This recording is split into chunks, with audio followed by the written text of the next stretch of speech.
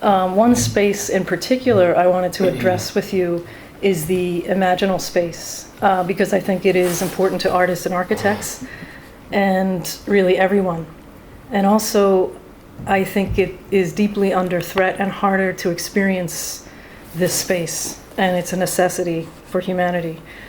The fact that you teach and recently said you want to save souls, especially, yes, and disaffected weirdos. Yes, yeah. In an interview at SciArc, I felt it was important because of your impact on young minds and the specifics of your perspective in the possibility of offering people solace in life now. You helped me understand philosophy in a deeper way, so I can appreciate and engage with it more. Particularly when you Thank you very much. It's very, very kind. It's true. Particularly when you described philosophy as a communication with one's own soul. I said that too. You did. Okay. You said I'm glad I can help you conjure these thoughts back up. So my first question is, Sartre said in his book, The Imaginary, A Phenomenological Psychology of the Imagination, he discussed that the imagination showed about the nature of human consciousness. So I wanted to know what the imagination or the imaginal means to you. Different things, but I suppose the first thing that comes to mind is the distinction in Coleridge's Biographia Literaria between imagination and fancy. Imagination and fancy. This is a kind of classical distinction that you find all over literature in the last couple of hundred years in particular, that fancy would be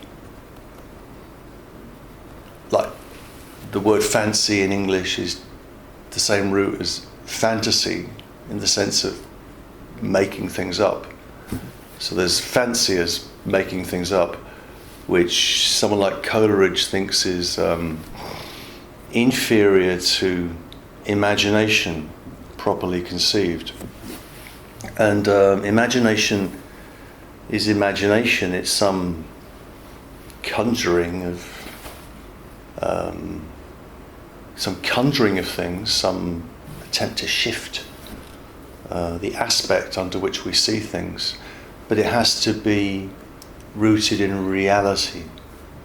So that imagination, this is a formulation that you get in Wallace Stevens' poetry, but it's kind of fairly common, is that imagination without a foothold in reality becomes fancy. It just becomes making things up. So that whatever imagination is, it needs to come out of, have a foothold in, and have a reference back to reality. It's the first thing I'd say.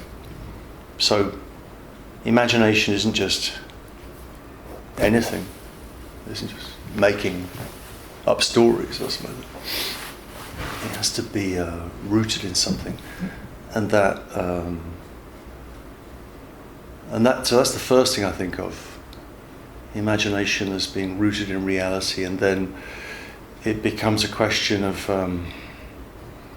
I guess for me, of thinking about imagination in relationship to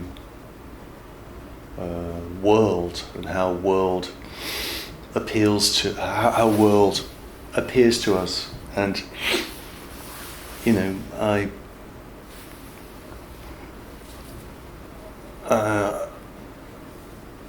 think, or at least a dominant view that I've been influenced by is that everything that is in the world, all the things in the world, are not person independent. They're all related to us. They are not things in themselves. They're not metaphysical entities or physical entities in their raw material character. They are things which show up insofar as they're things for us, and therefore they're dependent on the operation of the imagination. This is what Kant called the transcendental imagination, which is the idea that a really real world is something that we only get to organize through our activity, the activity of the subject in Kant. And so that faculty is the faculty of the transcendental imagination. So at one level, imagination is the core of everything that is, and on the second level, what we can call the primary imagination. The secondary imagination would be what, say, an artist makes or a poet makes. That there can be, let's say, a poem which gives us a sense of how we are in the world and how that relation to the world can be described, deepened, elevated, shifted in a poem or a work of art. But that, going back to the distinction with fancy, that secondary imagination can't just be something we make up, something it has to be linked to something that is felt in a shared way and is real in a common way. So the imagination for me is kind of that. It's maybe it's the core of everything that we are. What makes a world show up to a self is a kind of primary imagination.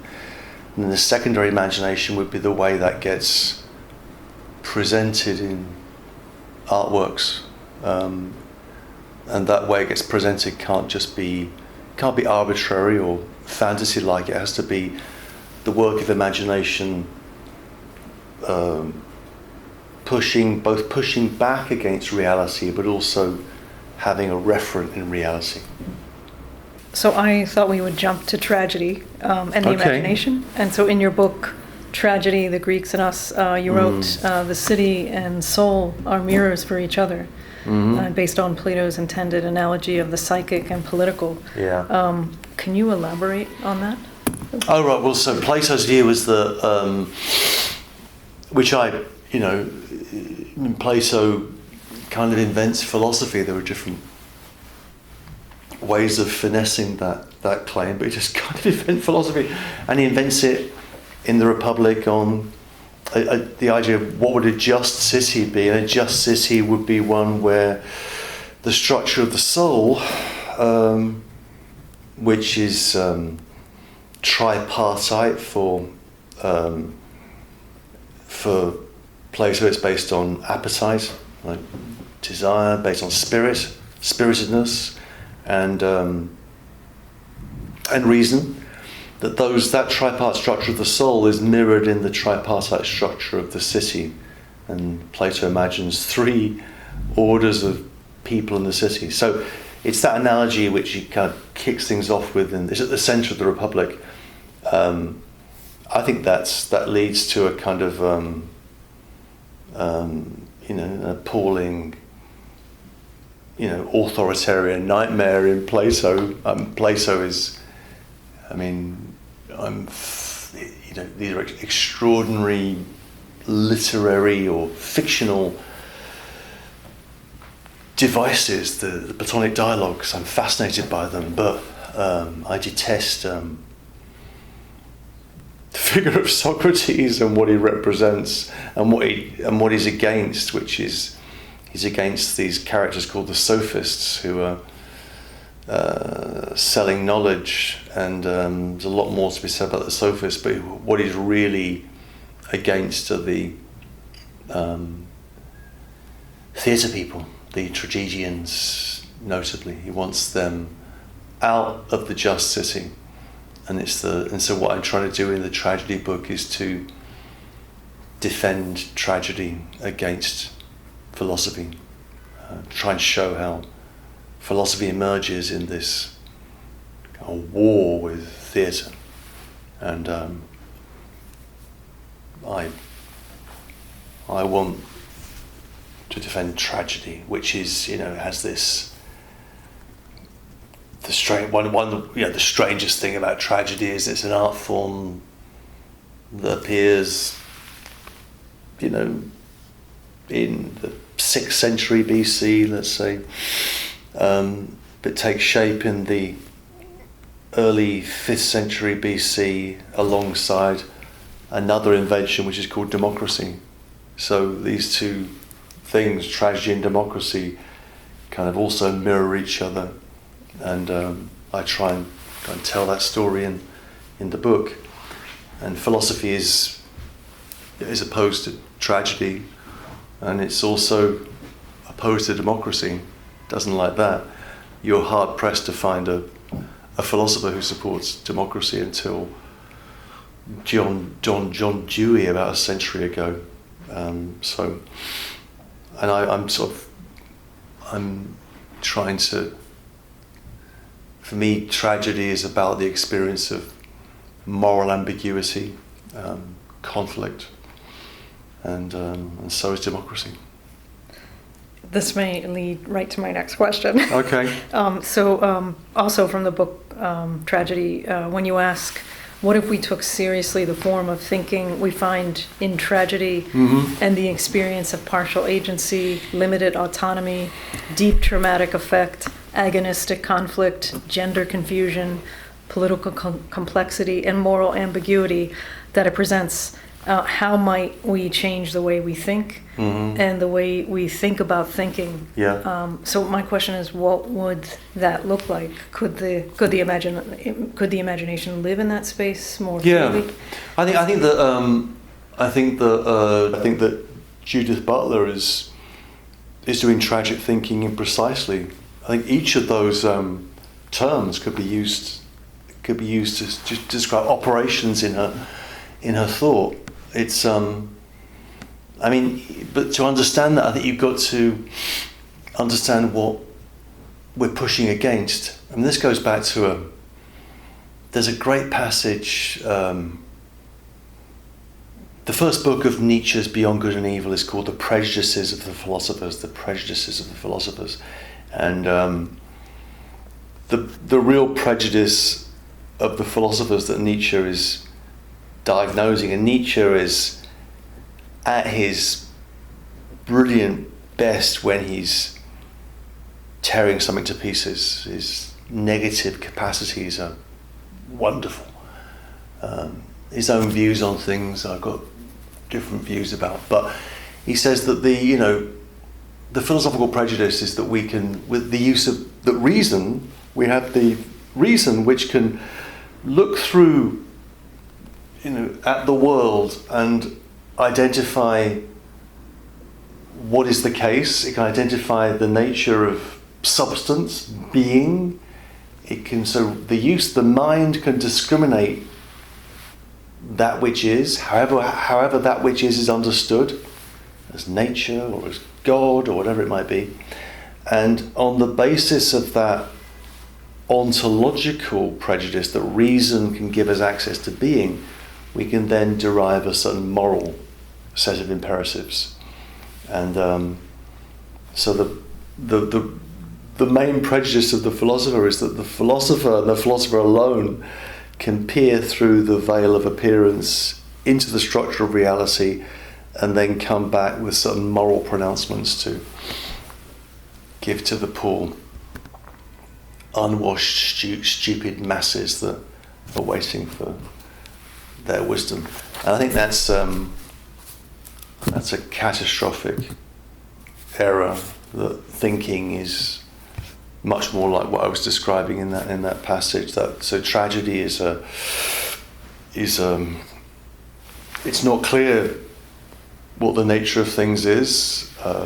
It's kind of skeptical about the nature of things, and we see families often back projected into an area of myth, which itself is important. The stories that we're telling, the stories that the Greeks told themselves, were stories from the deep past, the Bronze Age, the Trojan War, back in the day.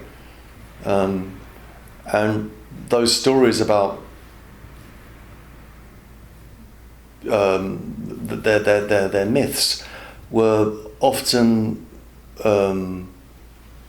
rooted in family structure, in kinship structure, and how families are defined, how families tear each other apart, how conflicts arise. So tragedy in many ways is a family drama, but that family drama is also the structure of political power. So what you find in a lot of the plays is that the most obvious example is Oedipus the king. Oedipus has a weird family history, to say the least, but he's the king, he's the tyrant. And so it's that mirroring between family structure and political structure that is being played out in tragedy, in a way that implies us. We're drawn in by that. We are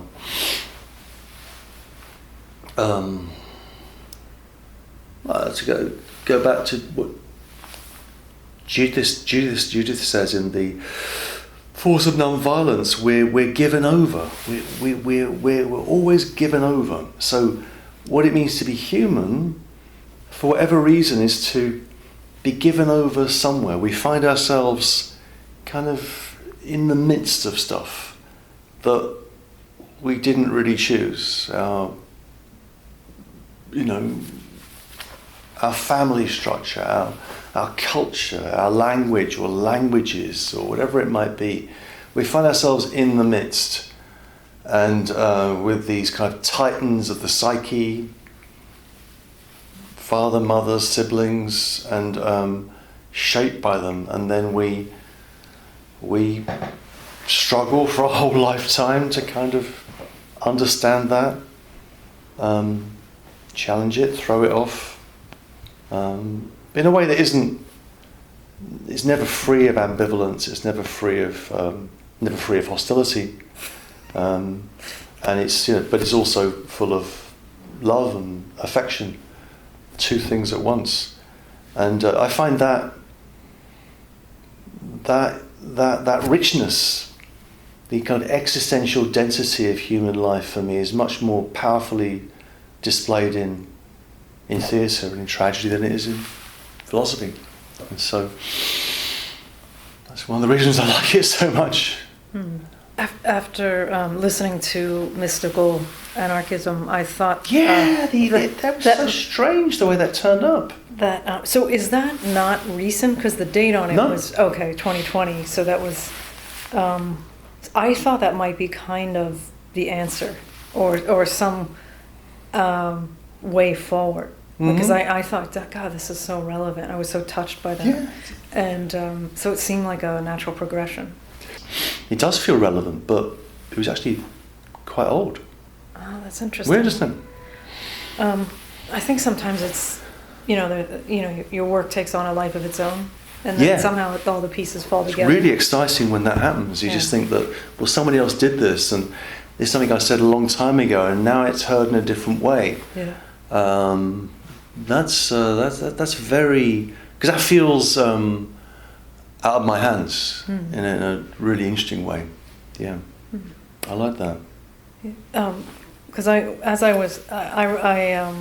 thought it was really relevant in #MeToo on many levels. But so in your defense of mystical anarchism, you say that we can recover the Garden of Eden, recover paradise, and in paradise there will be no private property. Right. And the mystical anarchism heresy is that the idea that we can recover a state of primary perfection, an Edemic communist state, that you move beyond the limitations of needing the Roman Catholic Pope or a king to do so.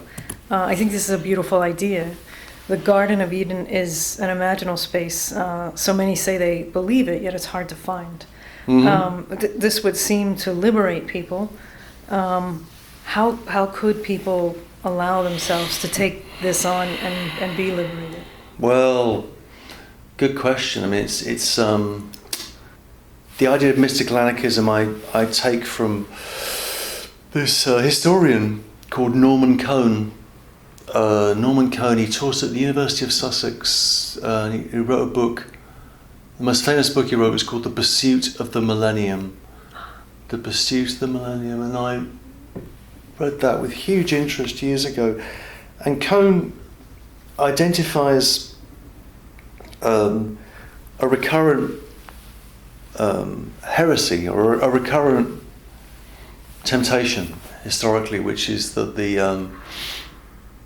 that we can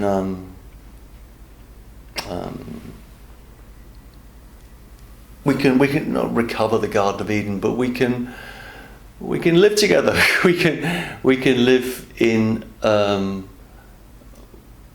we can live together in a kind of freedom of the spirit. And Cohn sees that as a very dangerous thing. He thinks this is the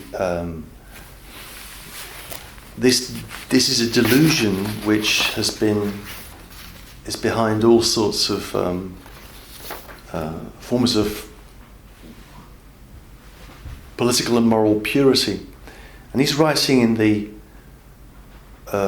late 50s, and the book is then reissued after the 60s, and he's very suspicious of what's going on in the student movements in the 1960s and movements of political and sexual liberation. So he thinks that the recovery of the Garden of Eden is a very dangerous political project. I see it more as a recurrent temptation, which I try and follow in this line of thought.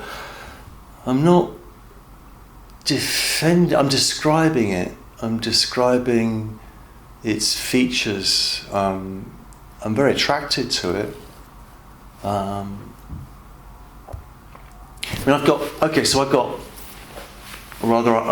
had maybe in the early 2000s a much more kind of practical, realistic analysis of ethics and politics, which ended up in a defense of what I called for a period of time neo-anarchism. And at that time I was much more closely linked to different kind of radical groups, activist groups, particularly in New York in the first years I was here. And I think I can defend that anarchist proclivity in political thought. But the mystical anarchism was kind of, well, how could you defend this? This is really wild. So let's describe this and see where that goes. So it was a kind of a little bit of a thought experiment on my part to try and lay this out. The idea of a sinless union with others is powerful. And it's been functional or operative in all sorts of revolutionary situations, most notably the English Revolution, or Civil War as it's called, when groups like the Levellers and the Diggers were making arguments for autonomy, that basically the Diggers wanted to get rid of property relations, and they did this by going off to fields outside London and digging up the ground and growing their own vegetables until Cromwell, the New Model Army, slaughtered them.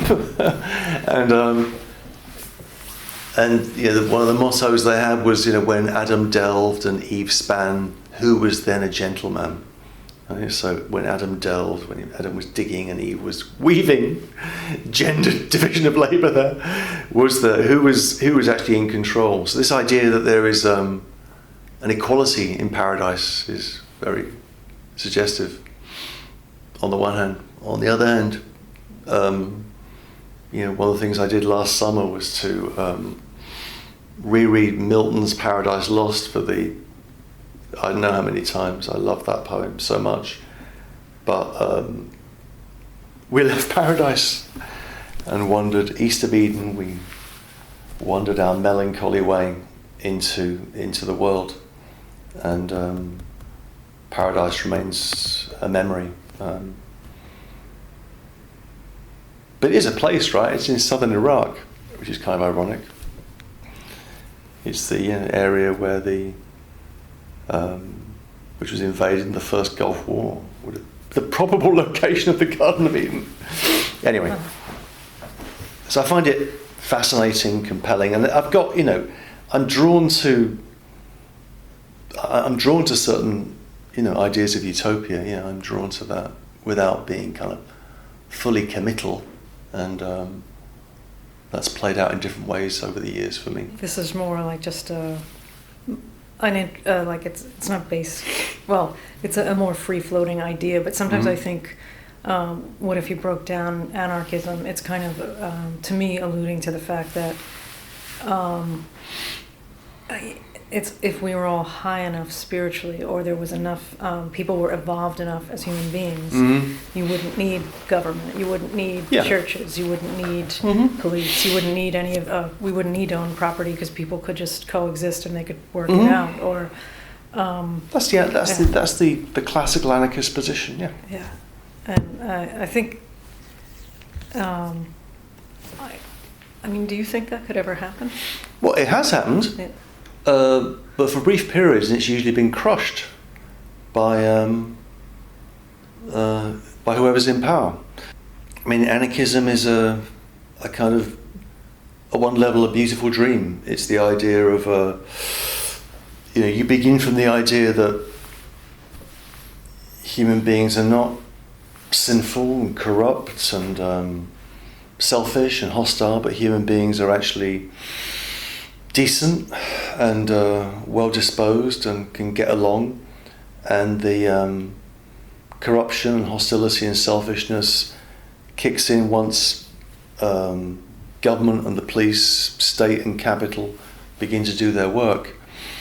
Now I choose to believe that. I don't think it's an argument that can be had. I don't think it can be resolved by argument. I choose to believe that human beings are fundamentally decent. That is my faith, as it were.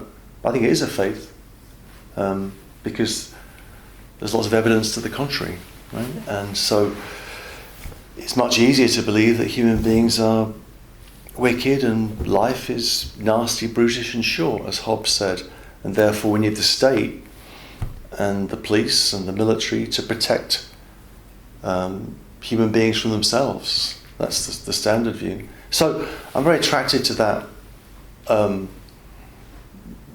that classical version of anarchism, and you can point to examples going back, to antiquity, but certainly English Revolution, different experiments with forms of low-level communal living without a state structure, without the police. Anthropologists like David Graeber have done work on societies like Madagascar, where there never was really a properly organised state for long periods of time.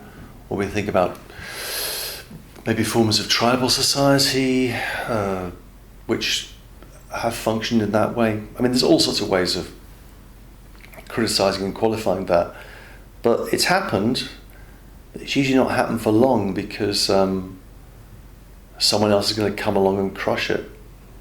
A good example is the Spanish Civil War. I mean, what was happening in Barcelona between 36 and 38 was a commune experiment, fantastic experiment, and it survived for a couple of years, and then eventually the forces of Franco and forces of reaction had bigger guns and sticks, and they took control, and those people were either expelled or usually killed, and that's often the way anarchist experiments die.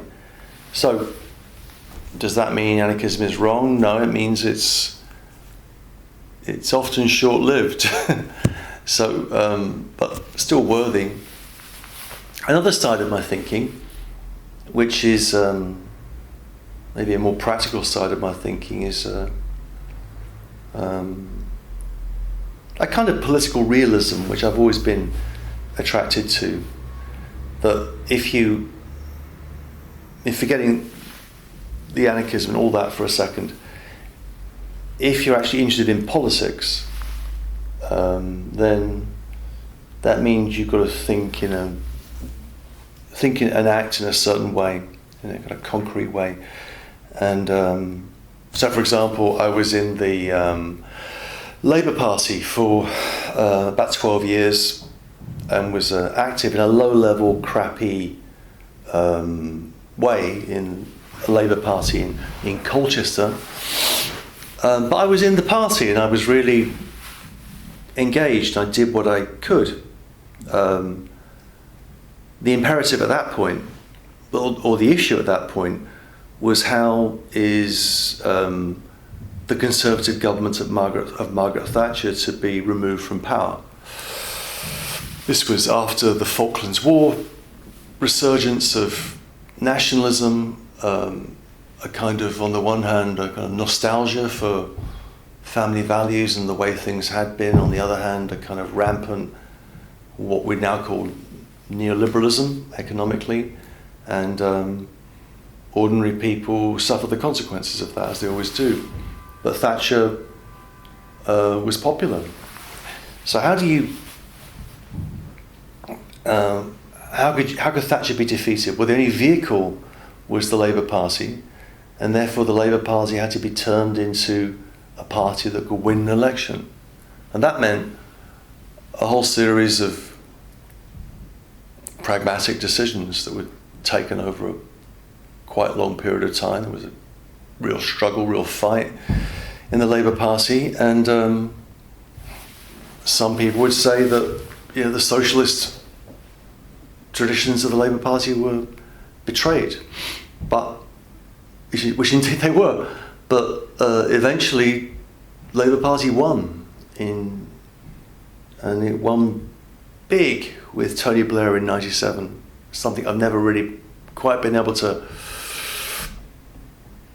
I'm pleased that I was really happy when Labour won. It was like my team winning. On the other hand, at what cost? But the point of the story is that if you're actually interested in politics, which actually most people that say they're interested in politics are not, then it does mean forging alliances, forming common fronts between groups which are really at odds and defined by contradiction.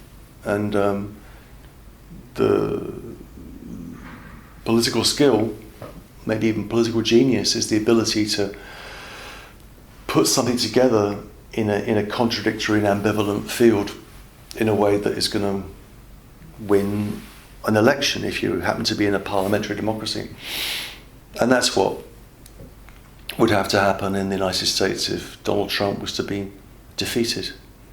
And I wonder whether that might happen or not. I don't know. But it means that the left has to actually engage in actual politics, which is what people actually think and feel, and living where they are, and how you take that and shape that into a potent political force. But that's it's dirty hands all the way. So the other extreme of mystical anarchism, I'm actually very interested in. Always have been very interested in actual the practical business of politics. But I think that we're in a pickle with Facebook is fucking the world, social media is fucking the world, and everything has become divided and polar. These are cliches, obviously, but all opposition, everything is being inflamed and torn apart, and this is obviously a way of maintaining power, maintaining an order in of the state. And that there is a level of diversity that the Democratic Party stands for, or allows more so, because I don't think you'd have AOC coming up in the Republican Party. Oh, or, sure, surely not, yeah. And there's the women and Islamic women, and there's a stand for that. And I think that is, because I was thinking, is what would make the Democrats come together and be a strong party and actually have that kind of unity, because they stand for diversity. So there's more space for people, and they tend to be nonviolent in terms of, well, not necessarily the presidents themselves in terms of wars that happen or we get involved in, but in terms of their dealings with not taking out the Republicans, as the Republicans often take out in various ways left-wing leaders like the Kennedys or Martin Luther King or Malcolm X is different. Malcolm X, yeah. But he, I think it was his own people, his own community that got jealous, and there's that kind of human. But politics is a blood sport, and it's always been about.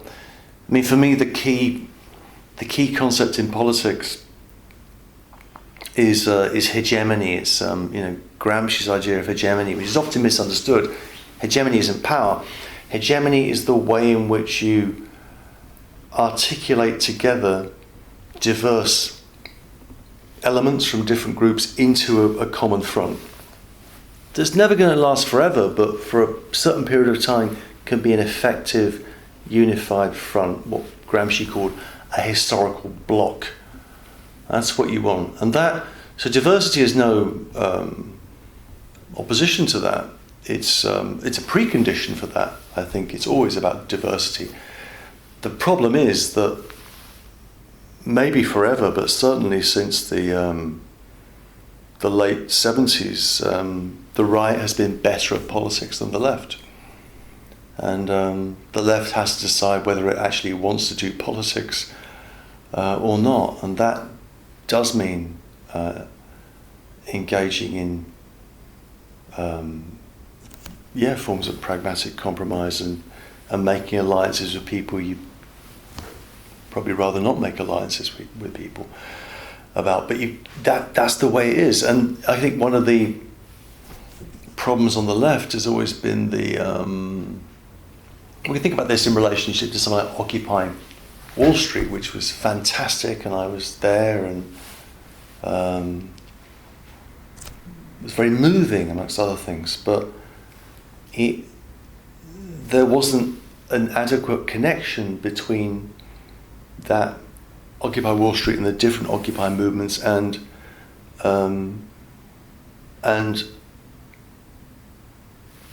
political parties, unions, different forms of state structure, all of that. If you want, you take the energy and the kind of imaginative energy of something like Occupy, and then you develop that into an actual political force. And my feeling about a lot of the Occupy stuff is that there was a kind of politics of purity, of clean hands, and people didn't want to get involved in that way, so it kind of faded away. I mean, certain elements survived. Certainly the discourse on inequality reappeared, economic inequality, and Sanders is still trumpeting that, bless him, and that's good. But the right is better at that, the naked fight of politics, and I think the problem now is that social media really isn't helping. So I don't know what you do with that, and I really don't know what you do with that. That makes me rather despondent. I think social media seems to be a very good mechanism for generating inflammation, for generating different kinds of division and hostility, and very bad at the other stuff. Apart from advertising, it's good at it's good at letting us see ads. I mean, Shoshana Zuboff's work on surveillance capitalism is kind of apropos here, that what's happened in the last 20 years is the is an extraordinary kind of new colonialism, where what's been colonized is human experience, and we've gone along with that. Our experience has been sold, and then sold back to us in the form of advertising. And where do things go after that? I mean, colonizing a continent like the Americas is one long bloody history. There's that, but this is it's like that process, but with human experience. What we actually think and feel and say in our most intimate, most intimate forums, and that really is alarming. And I don't know. I mean, short of retreating, withdrawing, switching off, disconnecting. I mean, there is regulation. I mean, the European Union is regulating big data, but there's no interest in doing it here because of who's in power and how they got in power. So, the United States, I'm not terribly optimistic, and then in China, you've got the twisting of this into a form of surveillance, state capitalism or communism, which is... They're even more extreme with facial recognition. Yeah, and that's really taking shape. So where's that? I don't know. I mean, at that point, I'm kind of not quite throwing my hands up in the air, but I try and read about these things and learn more. But I have no particular pronouncements to make. And if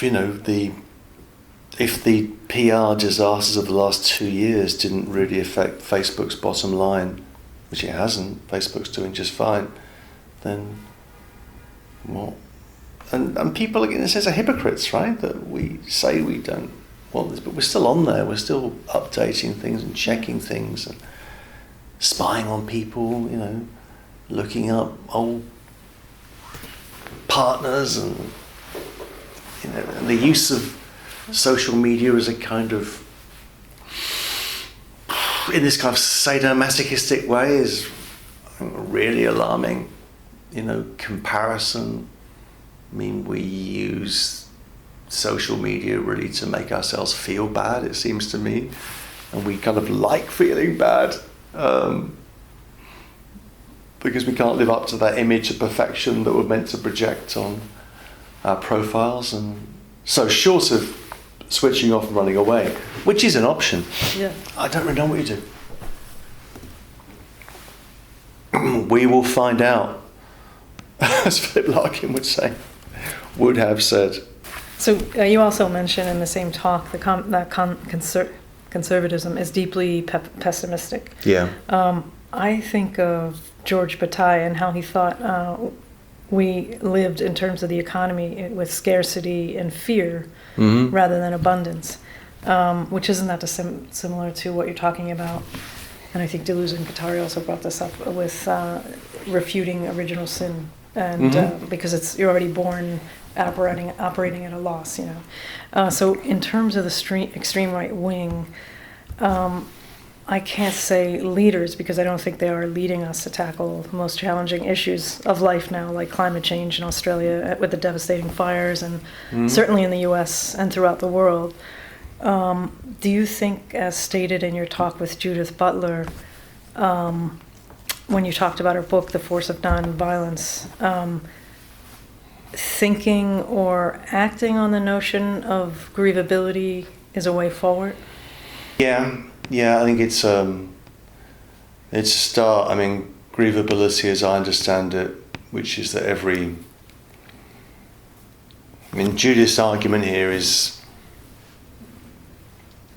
singular, which is that the politics of equality that she's defending is the equality of grievability, that every life is and should be grievable, and we live in conditions where that grievability is not permitted. Certain lives are mourned and certain lives are not. The lives of certain people are mourned and marked, and other people get, shot at funerals or whatever it might be, and there's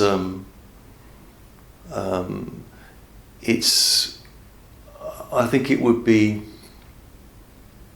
how would I put this?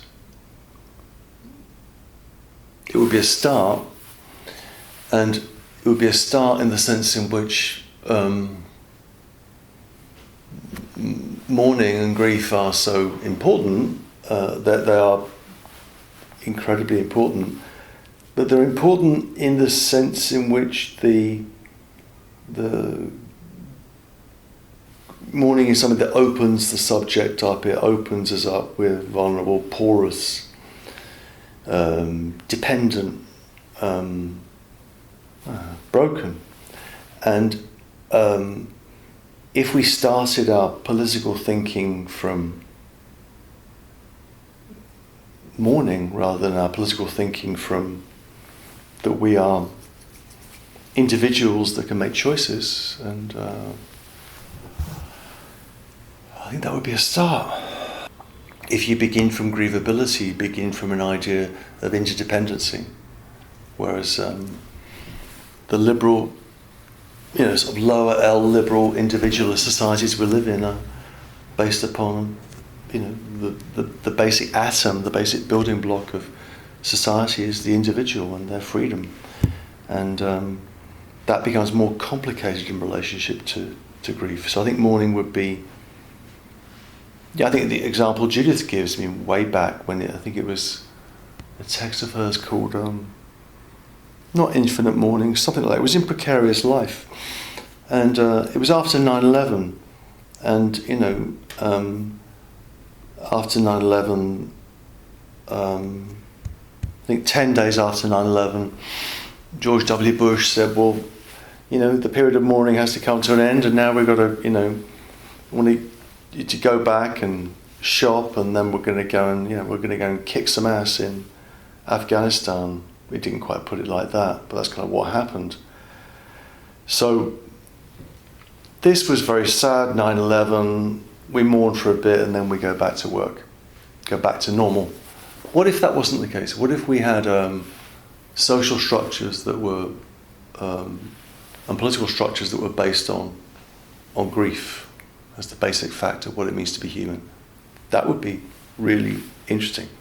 That would mean that we begin from interdependency, and the human self is essentially undone and open and porous, rather than this closed, heroic kind of carapace of a self that makes choices.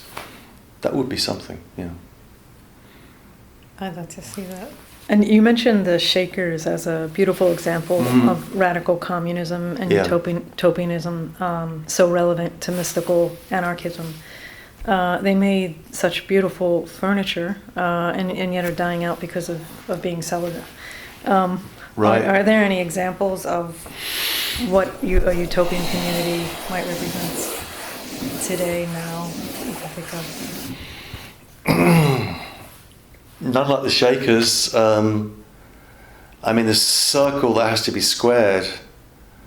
The Shakers were great. Anne Lee, founder of the Shakers, she forms herself into the female complement of God. So there's Christ and there's Anne Lee. There's a man and a woman, and they're equal. So the Shakers begin from this idea of gender equality, and their communities were egalitarian communities with both men and women, which is often difficult. So places where we have those egalitarian communities are often separately sexed, monasteries, convents. But what do you do with human desire, human sexual desire? Well, for the Shakers, chastity is the answer. So these are communities of gender equality which are chaste. And the problem with chastity is that, you've then got to keep recruiting people. You're not going to reproduce. Yeah. This is where the Mormons win and the Shakers lose. And so, the Shakers died out because they couldn't reproduce. I find the idea of chastity really interesting, and historically, the fact that it's an idea which is really important historically, and one that we find odd. Why would anybody be chaste? They must be weird in some way. But there is this, real issue of that human desire is a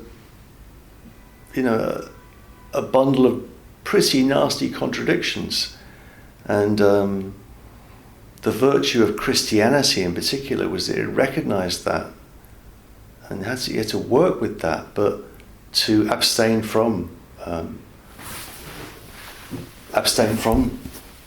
the sexual act through chastity.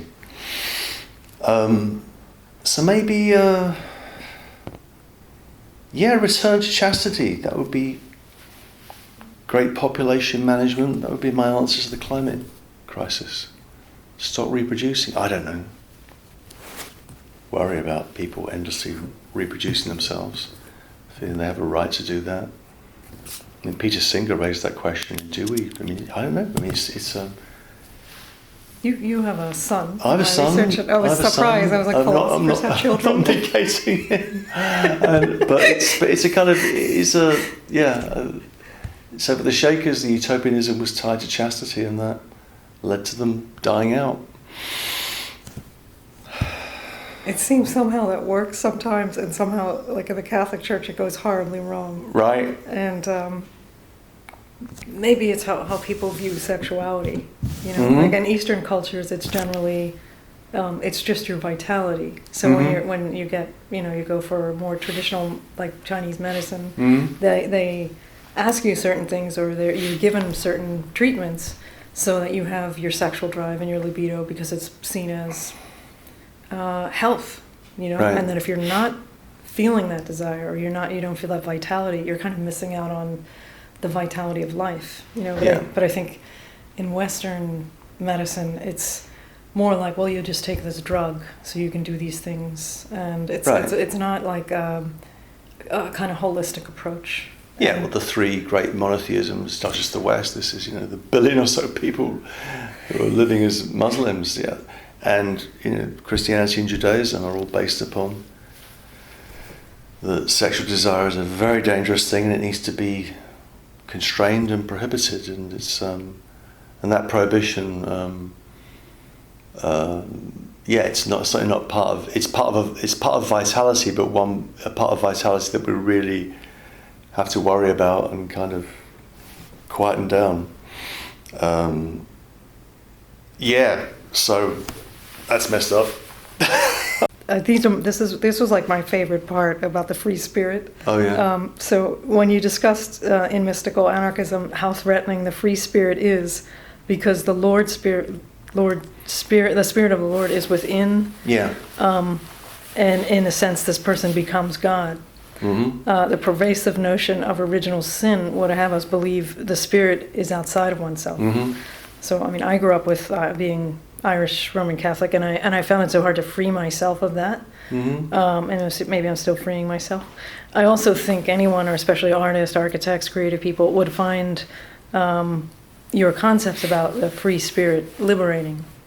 Do you think minds are shifting towards the free spirit and seeing a value? No, not at all. Like the opposite. No way. What a very legislated spirit, I think. No, I don't. No, I think the free spirit is in very short supply, and shorter and shorter all the time. So I think there's a kind of, the opposite. I think that there's a book by Raoul van Eygen called The Movement of the Free Spirit. He was situationist number 2 to Guy Debord, and he writes a book on the movement of the free spirit, one of his later books, which is. Check it out. And clearly there's an echo or an analogy between liberation movements of the 60s and the movement of the free spirit. And I think there's something of that. There was something of that, and that was good. It wasn't uncomplicated. Wasn't always great for women. It's great for women some of the time, but I think that whole space of experience has been closed down, and you see that in a kind of microcosm of that in I think in higher education, where rather than a freedom of the spirit in the classroom or in the university, we have a kind of a disciplinary regime of law, which is frightening and constraining, and it's not what students want actually, but maybe that will change. But at the moment, it's a kind of slightly oppressive structure. A weird way in which university institutions they have this disciplinary framework. There's often good reasons for that, because bad things have sometimes happened, that's for sure. But it's led to the idea of universities as really free exploratory places is in shorter and shorter supply, I think. And my feeling is that students want something of that, and they're tired of being told what to think. I mean, to criticise the new school, which is eminently criticisable, I find the way in which the university, insofar as it is a university, has clothed itself in this jargon of social justice, and that's become a kind of official ideology of the institution. I mean, both hypocritical in the sense of it's not true, and it's also pernicious, and it doesn't allow for freedom of thought in terms of diversity of opinion. And I always think like us, because someone sent emails about they're decolonizing their syllabus. This is a dean or something. Mm-hmm. I thought, well, why don't you decolonize the workforce? Yeah, right. Why don't you decolonize like this hierarchy and pay scale with adjunct professors and the administrators, because they're making the big bucks. Yeah. I've seen the salaries go. You refer to Marguerite Porret's book, The Mirror of Simple and Annihilated Souls, and we remain only wanting and desire of love. And those who remain in the desire and longing. You repeated it in the interview, and I felt as many people should hear this title as possible. And you also talked about Anne Carson's poems. Why did you find it important to discuss these two women as it relates to mystical anarchism and the free spirit? I think it's great that you did. Well, yeah, I mean, I've always wanted to be, oh gosh, this is, far too confessional, but it's kind of, I co-wrote a book with Jameson Webster, The Hamlet Doctrine, or Stay Illusion as it was called here. And part of what that was about was to try and write with another voice. So I've always been, I don't believe in fixed gender differences and all that stuff, but I do think there are different voices and different modalities of voice which are distributed along lines of gender. And as someone that, as a man who's been trained, as people say, to do philosophy in a certain way, I find it liberating to read, say, the works of medieval female mystical writers. Fascinating, and it's something which I wouldn't say, I wouldn't be able to put it that way, but that linking of a kind of intellectual rigor with a sense of spiritual revelation combined with an attention to the personal dimension of experience is something which I find incredibly suggestive. I mean, there's in one way I would put it, the kind of provocative way of putting it would be, I've been trying to kind of hystericize myself over the years that the problem with people like me is that a tendency towards obsessionality, a tendency towards a kind of control, rational control, or an argumentative control, or a control of writing, whatever it might be, which leads to a kind of internal deadness. And so I'm always looking for something that is alive, and I find that in people like Marguerite Perret, and also people like Anne Carson, or indeed in people like Judith Butler. I find a different set of what's possible as a voice, which I'm not going to try, not that I'm going to imitate that or occupy that, but I can try and learn something from that and try and find a similar inflection in what I'm trying to do. But so my suspicions about philosophy is it boil down to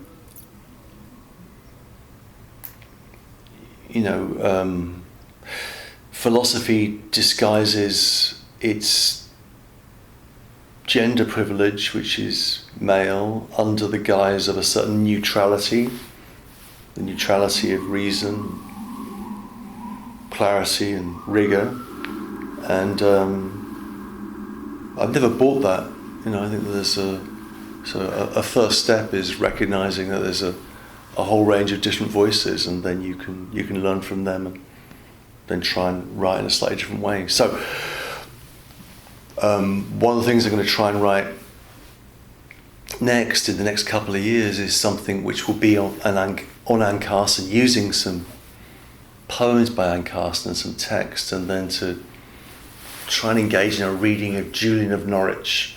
And Julian of Norwich is my favourite medieval mystic, and I want to try and write something on her mystical vision. And why is she your favourite? Because she's the most sober in a way, and the best theologian. So she's someone. The problem with some of the mystics is that they're kind of attention seekers, of noisy attention seekers, like Marjorie Kemp or Angela Foligno. They're constantly kind of erupting in physical symptoms or throwing themselves into they're destroying themselves, they're blowing things. It's very attractive. But Julian, was an anchoress. She withdrew from the world. She had this experience where she was dying. She was dying, and she then, as she was being given last rites, she began to have a series of revelations in relationship to a crucifix, which lasted for 20 hours, something like that. And then she spends the next 40 years of her life trying to figure out the meaning of that in a very honest and humble way. And she's a voice which is often not adequately heard. So I want to try and write something on her, which might or might not be called The Abdication of Ecstasy. I just like that title. That's a nice title. I like it. Sounds like an album, doesn't it? It does. Abdication of Ecstasy. So just one final question. Okay. Is poetry really important to you? Because you mentioned it several times, even with the book. It was the way. Music, pop music was the way things first opened up, and then I kind of refined that through poetry. I used to go to any number of libraries and back then there were LPs of recorded poetry, and I'd record them on cassette, and then I'd put them on my, early version of a Sony Walkman and walk around and listen to them and memorize them. And this became a way of possessing language for me. It still is. I find it beautiful, I find it a comfort, I find it a solace, I find it funny as well. But there's something about the voice of poetry and the fact that for me, it's kind of secular scripture. It's poetry largely in the English language in the last 100 years is kind of where all of our deep spiritual stuff has gone, and very often it's there's a kind of non-dogmatic character to poetry, in the sense in which I admire the formal brilliance of great poets, the ability that they have to master form, meter, rhyme or non-rhyme. I find that fascinating. There's something about the economy of language, the attention to language in poetry which grips me. And also the fact that poetry is always the stuff that really, gets me is often just framed by a question mark about the ultimate nature of things. So poetry is what we have in the absence of religion for me. Poetry is about as close as we get. It doesn't give us answers, but it indicates a kind of route that can be followed. And but mostly an attention to language and language's capacity to observe the world. That's what really gets me. How about that? That's great. Thank you so much, Simon. I really Okay. appreciate it. It's been wonderful. Okay.